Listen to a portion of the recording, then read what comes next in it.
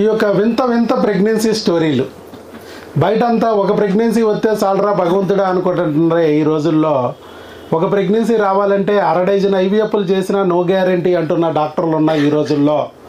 మీకు ప్రెగ్నెన్సీ రాక మీకు ఎన్ని సంవత్సరాలైనా, మీ వయసు ఎంత ఉన్నా ప్రెగ్నెన్సీ తెచ్చుకోవచ్చు ఒక టీకాతో అని చెప్పి మనం ప్రూవ్ చేసాం. ఎంతోమందికి అలా టీకాలతో ప్రెగ్నెన్సీ వచ్చినాయి.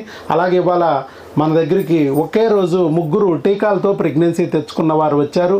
వారి ముగ్గురు యొక్క హిస్టరీలు, వారి యొక్క మరి అనుభవాల్ని మనం విందాం. ముందుగా వెంకటేష్ గారు, శారద గారు, నిజామాబాద్. అంతే కదా సార్? నిజామాబాద్. అన్నీ ఉన్న అల్లుడి నోట్లో శనిలాగా ఆయన ఇన్నాళ్ళు నింద మోసాడు. కానీ ఎంత ఈజీగా అయిపోయిందో చూడండి. అంటే ఇన్నాళ్ళు ఆయనకి ప్రెగ్నెన్సీ రాకుండా ఆగడానికి కారణం డాక్టర్లు బుర్ర పని చేయకపోవడమా, లేకపోతే ఆయన వీరికణం పని చేయకపోవడమా? వెల్డింగ్ చేసినా కణాలు పోవు, టైలరింగ్ చేసినా కణాలు పోవు, ట్రావెలింగ్ చేసినా కణాలు పోవు, డ్రైవింగ్ చేసినా కణాలు పోవు, నువ్వు ఏ ప్రొఫెషన్ చేసినా కణాలు పోవు. ఎందుకనంటే కణాలు అంత ఈజీగా పోవు. సార్ ఒక డౌట్ సార్, అది ఇప్పుడు మా అమ్మమ్మలకు నానమ్మలకు పోయినప్పుడు మనకి ఎందుకు పోతావు సార్? మనకు పోవు కదా సార్? అంతేగా. అదే కదా సార్. ఇప్పుడు ఎవరో చెప్తున్నారు సార్, పోతుంది.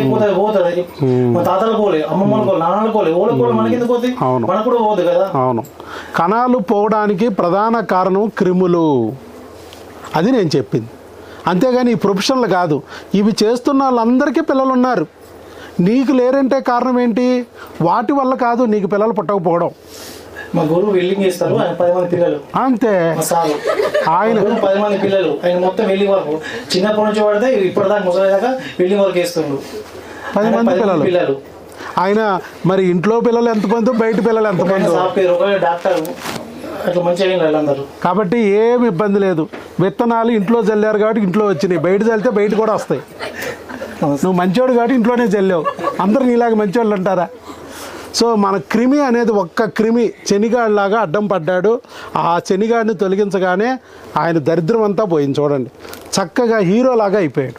ఆయన అనుకున్నాడు ఇట్లా కూడా అవుతాయా, నిజమా అనుకున్నాడు. కానీ ఇవాళ ఆయనకే అయ్యింది. అందుకే అంటున్నాడు, ఆయన ఫ్రెండ్కి చెప్తున్నాడు డైరెక్ట్గా, వరే ఫ్రెండు నన్ను కూడా బాధ పెట్టారా, నువ్వు బాధపడక్కర్లేదు, ఇక్కడికి రా అని చెప్తున్నాడు ఆయన. వెరీ గుడ్ అయ్యా.